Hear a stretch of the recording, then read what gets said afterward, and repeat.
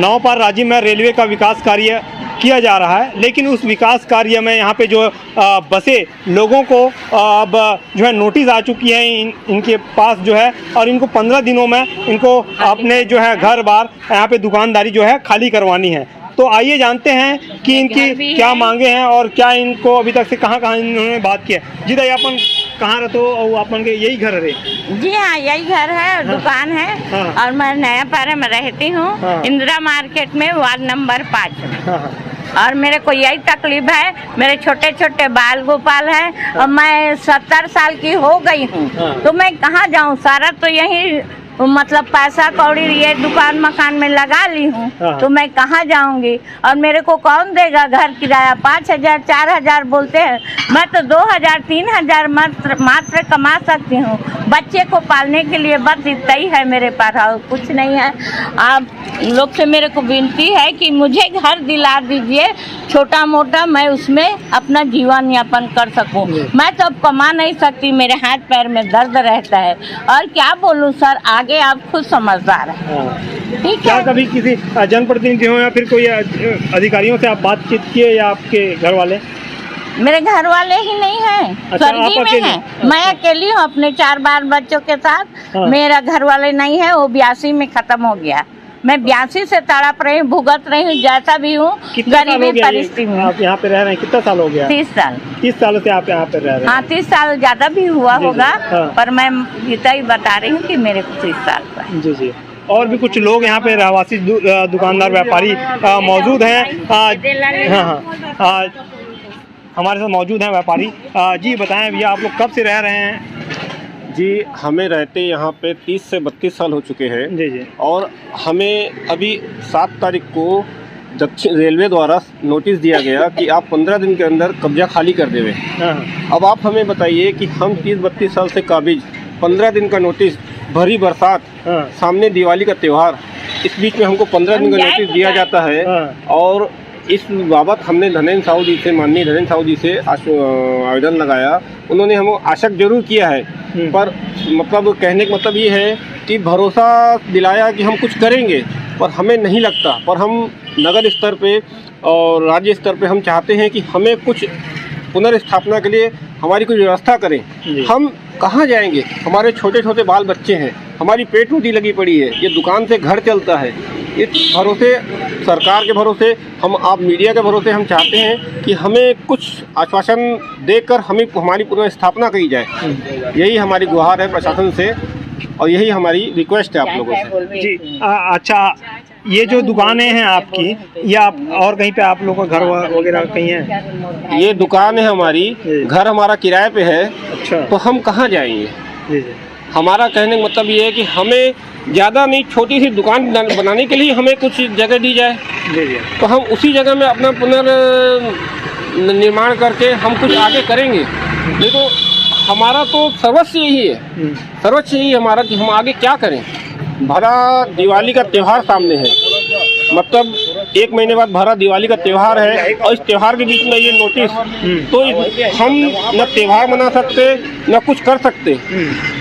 आदमी, दीपावली किसको कहा जाता है? मतलब साल भर आदमी इंतजार करता है, साल भर आदमी इंतजार करता है, सिर्फ दिवाली त्यौहार आए तो कुछ इनकम आएगी, तो कुछ घर में बनेगा, कुछ करेंगे अपन ने। और भरी दिवाली में सरकार द्वारा नोटिस हमको दिया जाता है, तो हम तो कहीं के नहीं रहेंगे, रोड पे आ जाएंगे हम तो।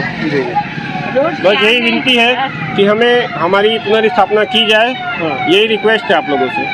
और भी हमारे साथ कुछ जो है इस रेलवे की ज़मीन पर जो रह रहे हैं रहवासी हैं, हम इनसे जानना चाहेंगे। जी बताएं, आप लोग की क्या समस्या है? आप लोग? मंत्री जी से प्रणाम करती हूँ। मैं गरीब बेटी, मैं हल्दी मिर्चा कूट के मैं अपन जीवन व्यतीत कर रही हूँ।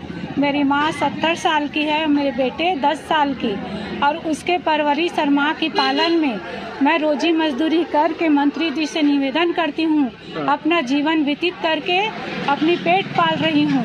तो मैं कहाँ से घर लूँ, तो कहाँ से अपना गरीबी को दूर करूँ? आप मंत्री जी से निवेदन है, बार बार मैं झोली फैला के भीख चाहती हूँ कि मुझे कुटिया दीजिए। और मेरे गरीब और कितनों बहनें हैं, कितनों संख्या है गरीबी की स्थिति में, उसको भी घर दिलाए जाए। हमारा स्थिति बहुत खराब है। आप लोग कब से रह रहे हैं यहाँ पे? यहाँ हम लोग को 30 साल हो गया है। अच्छा, 30 साल हो गया है। जी सर। प्रॉपर कहाँ के रहने वाले हैं नया पारा के? आप प्रॉपर हम लोग यहीं के निवासी हैं, नया पारा की ही निवासी है। परिवार में कितने सदस्य हैं आपके? तीन लोग हैं। हैं। कितने कमरे हैं, क्या कितना बड़ा घर है आप लोग का? हमारा 3 कमरा है, एक किचन है और 2 कमरा है, और नल लगी है, लाइन है, फ्री में नल तो देता ही सर है, और फ्री में लाइन भी दे रहे हैं सर में। लेकिन हमारे घर की आवश्यकता ये है कि हमें छोटी सी कुटिया दिए जाएगा और देना चाहिए सरकार को। हम विनती करते हैं, हम गरीब का रक्षा वही मालिक हमको सहायता दे दे तो अच्छा है। हम कहाँ जाए, हमारे दुर्भाग्य है कि वोटिंग के समय से आने ही की पहले हमारे घर उजड़ जाएगा, तो हम गरीब बेटी और इससे अलावा कुछ नहीं बोल पाऊंगी। तो आप देख सकते हैं कि इनका कहीं ना कहीं दर्द जो है इन लोग बयां कर रहे हैं अपना। और भी कुछ लोग हैं जी, व्यापारी जी, आप बताएं कि भी आप क्या क्या समस्या आने वाली है इस समय में, जबकि अभी त्योहारी सीजन आने वाला है, और ऐसे समय में आप लोग को जिस प्रकार से नोटिस आप लोग को थमाया गया है, क्या कुछ कहना चाहेंगे? वही है, अभी क्या है, बरसात और त्यौहार का समय है और हमारा बिजनेस लगा हुआ है इधर, तो वही चाहते हैं कि क्या दिवाली त्यौहार का समय है और बिजनेस लगा हुआ है। यहाँ पर हमारा 2 ठो दुकानें हैं और उससे हमारा रोजी रोटी चलता है। अब वही अचानक भयानक नोटिस दे दिया गया है, तो वही है, हमको भी तकलीफ हो रहा है। और हम लोग धनेन भैया से भी बात किए और उन्होंने कुछ मतलब कोई अधिकारी से बात किया है, पर उससे अभी हमको डर बना ही हुआ है। तो वही चाहते हैं कि हमारा डर दूर हो या कहीं पर व्यवस्थापन पहले दे, उसके बाद नोटिस का व्यवस्था वो करे, यही चाहते हैं हम लोग। कब से रह रहे हैं? हमको 20-25 साल हो गया है इस जगह पर। अच्छा, 20-25 साल हो गया और अचानक से एकदम नोटिस आया तो हम लोग पूरा डर गए हैं। तो इसका कुछ पहले व्यवस्था किया जाए दुकान वगैरह का। हमारा रोजी रोटी यहीं से चल रहा है, आज 25 साल हो गया। तो यहाँ रोड में 2 दुकानें हैं, प्लस मेरा क्या है, पैसा वैसा जो भी फंसा हुआ है, यहाँ ग्राहकें हैं मेरी, उससे भी दिक्कत हो रहा है, तो वो सब जाते रहेगा। और आप लोग कहीं पे घर वर है या केवल यही दुकान? नहीं, घर तो है पर दूसरी जगह है। घर में भी क्या है, 4 परिवार वाले हैं, तो मेरा बिजनेस तो इसी से चलता है। जी, ऐसा है। बस इतना ही बोल पाऊंगा कि कहीं पहले व्यवस्थापन किया जाए, उसके बाद नोटिस वगैरह का कुछ वो किया जाए। जी भैया, ये बताएं जी, जब आपने धनेन साहू जी से, विधायक जी से जब बात की, तो उनके द्वारा क्या कहा गया इस मामले को लेकर? माननीय विधायक महोदय से जब हमने बात की तो उन्होंने उसी समय तत्काल कंस्ट्रक्शन DRM को उन्होंने हमारे सामने बात की फ़ोन पे, और उन्होंने ये कहा कि आपने इनको नोटिस किस बेस पे दिया? आपको नोटिस कलेक्टर को देना है, नोटिस इनकी कलेक्टर इनकी पुनर्स्थापना करेगा, उसके बाद आप इनके कब्जा हटाएंगे और आप इन्हें नोटिस अभी एक्शन न लें। कलेक्टर इनकी पुनर्स्थापना देखेंगे, राज्य शासन इनकी पुनर्स्थापना देखेंगे, उसके बाद आप कुछ करेंगे। माननीय विधायक महोदय ने हमें इतना आश्वासन दिया कि अभी कार्रवाई नहीं होगी, और इस बीच अगर तत्कालिक कार्रवाई होगी तो मैं आपके सामने खड़ा रहूंगा। इतना आश्वासन माननीय विधायक महोदय ने हमें दिया है। जी। बस इसी भरोसे है। माननीय विधायक महोदय से हमने एक निवेदन भी किया था, और इस मीडिया के मार्फत हम फिर से निवेदन करना चाहते हैं कि हमें पुनर्स्थापना की हमें जगह दी जाए, हमारा कारोबार चले, हमारा घर चले, हमारे बाल बच्चे आगे बढ़ें। बस यही चाहता हूँ आप लोग के माध्यम से। एक तो हमें ये लग रहा है, हमें 7 तारीख को नोटिस दी गई और 8 तारीख को आचार संहिता लागू हुई, तो एक डर ये भी बना हुआ है कि कोई प्री प्लानिंग तो नहीं कि 7 तारीख को आचार संहिता दी गई और 7 तारीख को नोटिस दिया गया और 8 तारीख को आचार संहिता लग गई। आचार संहिता के लगते किसी प्रशासनिक अधिकारी का कोई काम, मतलब कहने का ये है कि उनका खुद का पद आचार संहिता से हट जाता है, निरस्त किया जाता है, क्योंकि आचार संहिता चीज़ ही ऐसी है, आपको आदर्श आचार संहिता। तो हमें ये डर बना हुआ है कि ये कोई प्लानिंग का हिस्सा तो नहीं है कि एक दिन पहले नोटिस और दूसरे दिन आचार संहिता।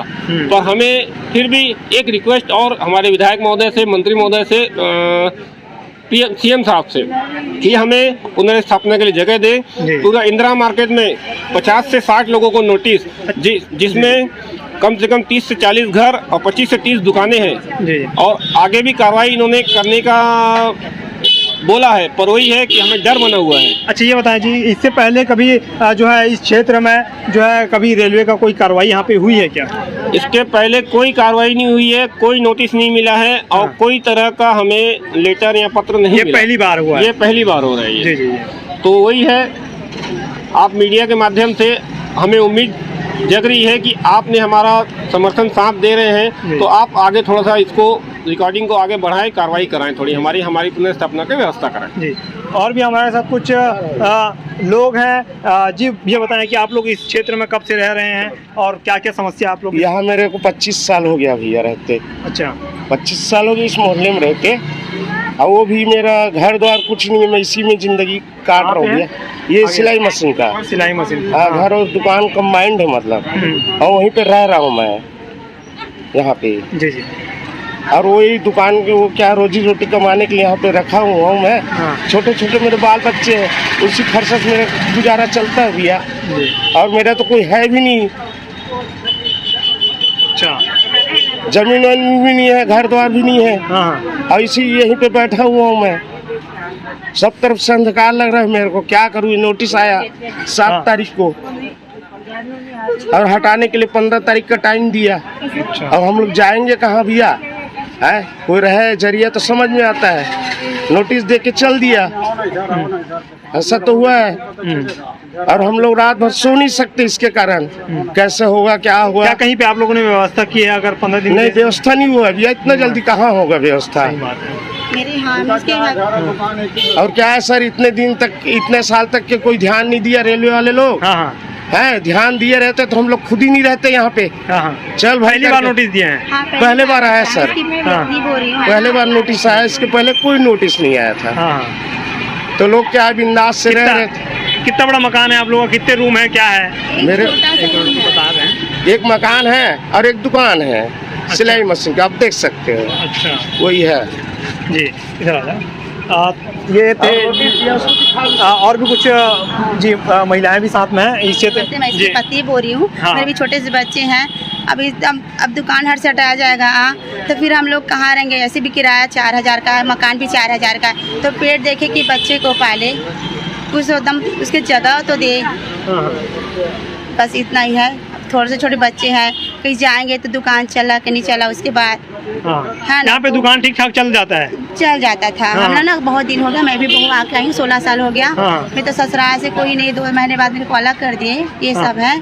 अब मंगने जाओ तो बोलते हैं कि कोर्ट कचहरी, तो कोर्ट कचहरी करने के बाद पैसा भी तो चाहिए क्या सर? हाँ। है ना, तो बस घर दिलाए, ठीक। बस इतना कहना चाहती हूँ। तो ये देख सकते हैं आप यहाँ पे और भी कुछ लोग हैं। जी भाई बताओ। भैया, हाँ। हम नान बच्चे वाले हैं, झोपड़ी चाका। हमारे आगे पासे कोई नहीं। हाँ। हम मांग जाट के खा रही है। हाँ। तो हम कहाँ जाएंगे? अच्छा, आप मांग के खाते हो लेकिन यहीं रहते हो आस-पास? हाँ, ये झोपड़ी चाक रहती है पीछे में। हम कहाँ रहेंगे? आप अकेले हो? अकेले बच्चा। अच्छा अच्छा। हाँ। हाँ। एक नहीं लगे। इधर के मेरा तो मांग जान के खा रहा हूँ। हाँ। मैं झोपड़ी चाक के कोई देने वाला नहीं है। हाँ। मैं झोपड़ी चाहूँ और मेरा तो कोई मुँह देने वाला नहीं। हाँ। मन बाप माँ कोई राशन कार्ड मिलते? राशन कार्ड थे। हावे हाँ। मोर आगे पासे कोई नहीं है, ये बच्चा बड़ी। बस दोनों को ही हो। प्रॉपर कहाँ के रहने वालों? कहाँ से आओ अपने यहाँ? कितना दिन हो गए यहाँ? मोला यहाँ 30-35 साल हो गए। 30-35 साल हो गए।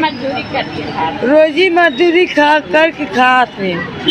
अभी मोर तबीयत खराब है, तब मैं भीख मांग के खाती। मैं काम ही नहीं कर सकता हूँ, तब मैं मांग के खाती। मैं क्या करूँ? ये बच्चा धरे हूँ, अपन मांग के खाती। मंदिर में जाता हूँ, मैं भीख मांग के खाती हूँ। मैं क्या करूँ? चोरी करूँ भाई तब मारता हूँ, भीख मांगे मुझको इलाज करूँ। मैं वही भीख मांग के मोर जीवन चलाती हूँ। अब मोला ना मैं झोपड़ी सा खाबो, ये बच्चा धर मैं कहाँ जाऊँगी? एक पिछवाड़ा माँ वो गरीब वाला कोई नहीं है। मोर वही आशीर्वाद तुम दे दो, मोर करे का झोपड़ी दे दो। हाँ, मैं बच्चा धर क्या। तो ये देख सकते हैं आपकी यहाँ पे जो है रहवासी लोगों को किस प्रकार की समस्या आने वाली है। अब देखना ये होगा कि इनके लिए जो है प्रशासन या शासन के द्वारा क्या व्यवस्था की जाती है, या आने वाले समय में देखा जाएगा।